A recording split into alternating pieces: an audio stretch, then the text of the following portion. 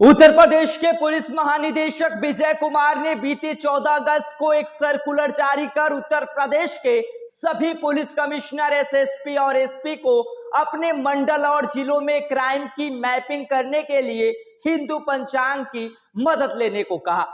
Uttar Pradesh police Hindu पंचांग से अपराध नियंत्रण करना चाहती है, लेकिन कैसे करेगी, आज हम इसी को लेकर विस्तार से चर्चा करेंगे। लेकिन उससे पहले नमस्कार, मेरा नाम कुमार विष्णु है और आप सभी का यूपी संवाद में स्वागत है। आपको बता दें कि इस सर्कुलर में डीजीपी लिखते हैं कि सुदृढ़ पुलिसिंग से उत्तर प्रदेश में आम लोगों में सुरक्षा का माहौल स्थापित करना है, जिसके लिए डीजीपी रात में अधिक से अधिक गश्त लगाने की हिदायत भी देते हैं। अपने सर्कुलर में डीजीपी विजय कुमार लिखते हैं कि रात में आपराधिक तत्वों की सक्रियता बढ़ जाती है, जिससे लूट, हत्या, डकैती, चोरी और महिलाओं के साथ अपराध तथा अन्य वारदातें होती हैं। डीजीपी ऐसी घटनाओं पर अंकुश लगाने के लिए और उन्हें रोकने के लिए पुलिस की सक्रियता बढ़ाने की जरूरत महसूस करते हैं। अपने सर्कुलर में उन्होंने लिखा कि पुलिस मुख्यालय लखनऊ पर घटनाओं का विश्लेषण में पाया गया है कि हिंदू पंचांग के कृष्ण पक्ष की अमावस्या के एक हफ्ते पहले और एक हफ्ते बाद रात के समय ज्यादा आपराधिक घटनाएं होती हैं। क्यों और कैसे करें हिंदू पंचांग का इस्तेमाल? डीजीपी विजय कुमार चाहते हैं कि हर महीने यह विश्लेषण वरिष्ठ पुलिस अधिकारियों के स्तर पर होना चाहिए और ऐसा करने के लिए अधिकारियों को हिंदू पंचांग के कृष्ण पक्ष की अमावस्या की तारीख से पहले ही चिन्हित करने के आदेश दिया गया है। उनके लिए आदेश के साथ अधिकारियों को हिंदू पंचांग की कॉपी भी भेजी गई है, जिसमें 16 अगस्त, 14 सितंबर और 14 अक्टूबर हिंदू पंचांग के कृष्ण पक्ष के अमावस्या के दिन बताए गए हैं।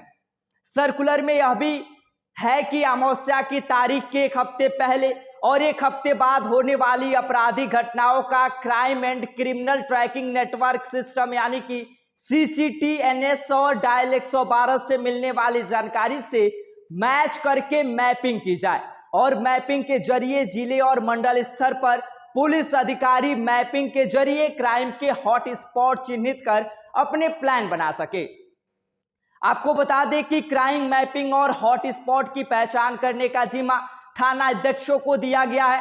डीजीपी ने वीडियो से सर्कुलर समझाने की कोशिश की। जब मीडिया इस सर्कुलर पर रिपोर्टिंग करने लगी तो उत्तर प्रदेश पुलिस ने प्रदेश के डीजीपी का एक वीडियो जारी किया, जिसमें वो हिंदू पंचांग के इस्तेमाल से चंद्रमा की कलाओं के हिसाब से पुलिसिया समझा रहे हैं। इसे समझना उन्होंने आम जनमानस के लिए जरूरी बताया है कि अपराधी कैसे अपनी गतिविधियों को अंजाम देते हैं। एक स्क्रीन पर चंद्रमा की कलाएं समझाते हुए डीजीपी कहते हैं कि 1 अगस्त, इस वीडियो में वो बताते हैं कि 1 अगस्त को पूर्णिमा थी। 7 अगस्त, 7 दिन बाद चंद्रमा रात 12 बजे के बाद आधा नजर आता है। डीजीपी कहते हैं कि उस दिन रात 12 बजे तक अपराधी अंधेरे में क्राइम की घटना कर सकते हैं। आपको बता दें कि आगे उन्होंने सर्कुलर में कहा कि 16 अगस्त यह अमावस्या का दिन है, जिस दिन पूरी रात अंधेरा रहता है और यह रात अपराधियों के लिए मुफ्त होती है। 24 अगस्त, इस दिन रात में 12 बजे से लेकर सुबह 6 बजे तक अंधेरा रहता है। 31 अगस्त, रात भर उजाला बना रहता है। अंत में वो कहते हैं कि पूर्णमासी के बाद जो सप्तमी आती है, उससे लेकर अमावस्या के बाद आने वाली सप्तमी है, उसी के बीच जो वीडियो है यह अपराधियों को सूट करता है। तो यह जानने के लिए आप हिंदू पंचांग का इस्तेमाल कर सकते हैं और इसी बीच पुलिस और आम लोगों को सतर्क रहने की जरूरत है। इस सर्कुलर का यही उद्देश्य था कि लोगों को यह मालूम होना चाहिए कि अपराधी कब उनके आसपास गतिविधि कर सकते हैं। बनारस के ज्योतिषाचार्य और काशी विश्वनाथ न्यास बोर्ड के सदस्य आचार्य दीपक मालवीय कहते हैं कि भारत के ज्योतिष शास्त्र में समय समय पर हर प्रश्न का जवाब देने की कोशिश की गई है। जो पंचांग का निर्वहन करते हैं तो उसमें 2 पक्षों का जिक्र आता है, कृष्ण पक्ष और शुक्ल पक्ष, यानी अंधेरा पक्ष और उजाला पक्ष। आगे वो बताते हैं कि जब हम बचपन में थे तो हमें अपने ननिहाल में जब जाते थे तो वहां पर हमें बताया जाता था कि शुक्ल पक्ष सबसे बढ़िया रहता है और कृष्ण पक्ष के महीने में चोर, कच्छा बनियान गिरोह रात में सुरंग बनाकर मकानों में घुस जाते थे और चोरी करते थे। उत्तर प्रदेश के पूर्व डीजीपी विक्रम सिंह कहते हैं कि यह पुलिसिंग के पारंपरिक तरीकों में से एक है। इसे क्राइम कंट्रोल की भाषा में प्रेडिक्टिव पुलिसिंग कहा जाता है। आपको बता दें कि इन दिनों प्रदेश में कच्चा बनियान गिरोह अक्सर सक्रिय होते हैं। ये अपने शरीर पर तेल लगाकर घूमते हैं और ग्रामीण इलाकों में पैसे जेवर की चोरी करने की कोशिश करते हैं। इनके पास कोई खास हथियार तो होता नहीं है, यह पेड़ों की मोटी टहनियां अपने साथ लेकर घूमते हैं और पकड़े जाने पर उसे जलाने वाली लकड़ी बताते हैं। अंग्रेजों के जमाने की तरीका, विक्रम सिंह बताते हैं कि पुलिसिंग का यह तरीका अंग्रेजों के जमाने से चला आ रहा है, जिसे कृष्ण पक्ष यानी कि डार्क फोर्टनाइट और शुक्ल पक्ष यानी कि ब्राइट फोर्टनाइट कहते हैं। अंधकार वाले पखवाड़े में अधिकतर अपराधी घटनाएं होती है तो पुलिस उस हिसाब से अपनी चौकसी और तैनाती बढ़ा देती थी। जिस तरह से आज के जमाने में आप अपने स्मार्टफोन पर चंद्रमा का लूनर मूवमेंट देख सकते हैं, उसी तरह से पंचांग भी एक तरीका है। विक्रम सिंह आगे बताते हैं कि फोर्स में मुस्लिम अधिकारी लूनर कैलेंडर का इस्तेमाल कर सकते थे। पुलिसिंग के कृष्ण पक्ष की अंधेरी रातों में थानों के बीच मिलान गश्त लगाई और यह गिरोह पर निगरानी रखने का काफी असरदार तरीका था। पहले से पैदल या घोड़ों पर सवार होकर लगाई जाती थी, लेकिन आज के जमाने में पुलिस गाड़ियों से पेट्रोलिंग करती है। जो भी हिस्ट्री शीटर होते थे और चिन्हित अपराधी होते थे उन पर निगरानी रखी जाती थी। तो क्या पुलिसिंग आदेशों की भाषा से पहले भी इसे हिंदू पंचांग से जोड़ा जाता था? आपको बता दें कि विक्रम सिंह कहते हैं कि पुलिस इसे सिर्फ अंधेरी और उजाली रात या डार्क फोर्टनाइट या ब्राइट फोर्टनाइट बोलती थी और यह सब लूनर कैलेंडर यानी कि चंद पंचांग पर आधारित था। जो लोग गीता डायरी रखते थे वो कृष्ण पक्ष और शुक्ल पक्ष कहते थे।